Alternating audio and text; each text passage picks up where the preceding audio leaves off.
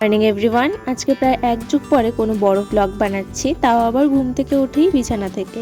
আজকে ব্লগটা মেইনলি হতে চলেছে আমি বাড়িতে থাকলে সারাদিন কি কাজ করি না করি তার ওপর, তো ব্লগটা দেখতে থাকো।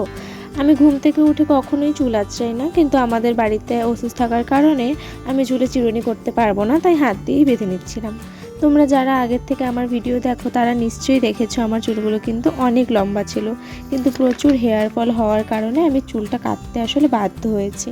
আসলে কি বলো তো, চুল পড়ে গেলে যতটা না কষ্ট হয়, চুল কাটলে সেই কষ্টটা আর হয় না, তাই সাত পাঁচ না ভেবে চুলটা কাটতে এক প্রকার বাধ্যই হয়েছিলাম।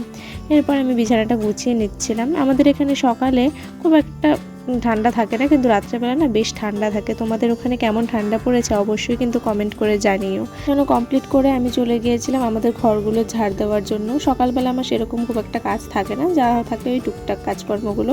আমি কিন্তু ফ্রেশ হওয়ার পর অনেকটা করে জল খাই, না হলে আমার দিনের শুরু কিছুতেই হয় না। তো এই সপ্তাহের একদিন আমার পড়ানোটা বাদ গিয়েছিল, সেই কারণে আজকে সকালবেলা ডেকে পড়িয়ে দিচ্ছিলাম। আর এখানে দেখো আমি কচু শাক কেটে এনে রেখেছি, কচু শাক বানানো হবে আজকে। আর এখানে কচু শাকগুলো রোদে দেওয়া হয়েছে। মার এখানে ভাত রান্না করা হয়ে গেছে, আর দুপুরবেলা হবে বাঁধাকপি, সেজন্য মা কেটে রেখেছে। আর এখানে আছে আগের দিন রাতের মুগ ডাল, এটা দিয়েই আজকে সকালে খাওয়া দাওয়া করব। যেহেতু কচু শাক কাটতে বেশ সময় লাগে, সেই কারণে আমি খাওয়া দাওয়া কমপ্লিট করে কচু শাকগুলো কাটতে বসেছিলাম।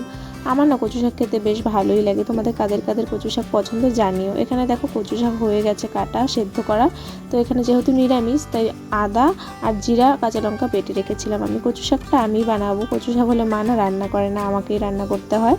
এখানে কচু শাকটা দেখো হয়ে গেছে। আমার না কচু শাক খেতে ভালো লাগে, কিন্তু নিরামিষটা না ভালো লাগে না। তোমাদের কাদের কাদের নিরামিষ কচু শাক ভালো লাগে জানিও কিন্তু। আর দেখো দুপুরবেলা লাঞ্চ করতে বসে পড়লাম, কচু শাক আর ছিল বাঁধাকপি ঘন্ট। আজকের ব্লগটা কেমন লাগলো অবশ্যই জানিও। এরকম ব্লগ দেখার জন্য আমাকে সাবস্ক্রাইব করে দিও। টাটা।